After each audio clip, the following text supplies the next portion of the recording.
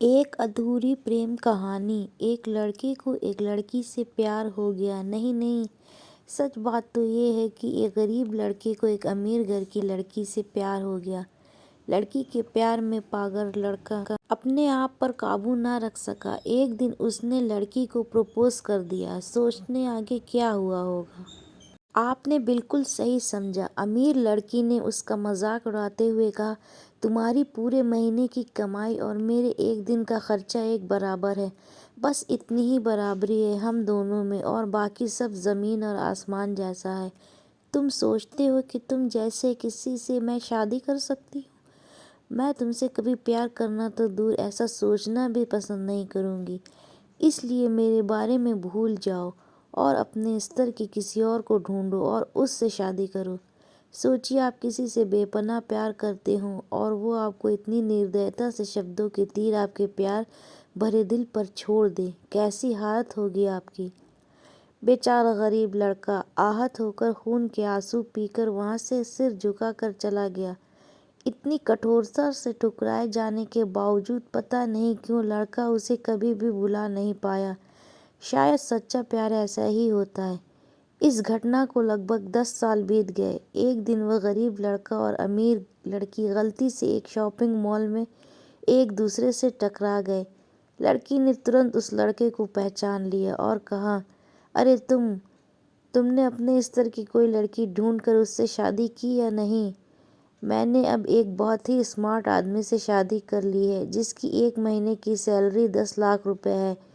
क्यों, अच्छा हुआ ना मैंने तुमसे शादी नहीं की। लड़का उस लड़की की अब भी परवाह करता था। वो उसके दर्दनाक शब्दों से उसने आज भी पहले की तरह ही सुनकर अपने आंसू रोक लिए और कुछ नहीं कहा। लड़की अकेली मॉल नहीं आई थी। उसका पति उन्हें बातें करते देख उनके पास आ पहुंचा। लेकिन इससे पहले कि लड़की कुछ बोल पाती, उसके पति ने तुरंत उस लड़के को पहचान लिया जिससे वो बात कर रही थी और कहा, सर आप। गुड आफ्टरनून सर, मुझे लगता है आप मेरी पत्नी से मिल चुके हो। गुड आफ्टरनून, लड़के ने लड़की के पति से कहा। फिर पति अपनी पत्नी को बोला, डार्लिंग मैं चाहूँगा कि तुम मेरे बॉस से मिलो। ये 100 करोड़ के उसी प्रोजेक्ट के स्पॉन्सर हैं जिस पर मैं काम कर रहा हूँ। लड़की सिचुएशन का यू टर्न देख हैरान रह गई। अब साफ दिखाई पड़ रहा था कि ना तो उसकी आंखें नहीं मुंह कुछ भी कह पाए। ऐसी स्थिति में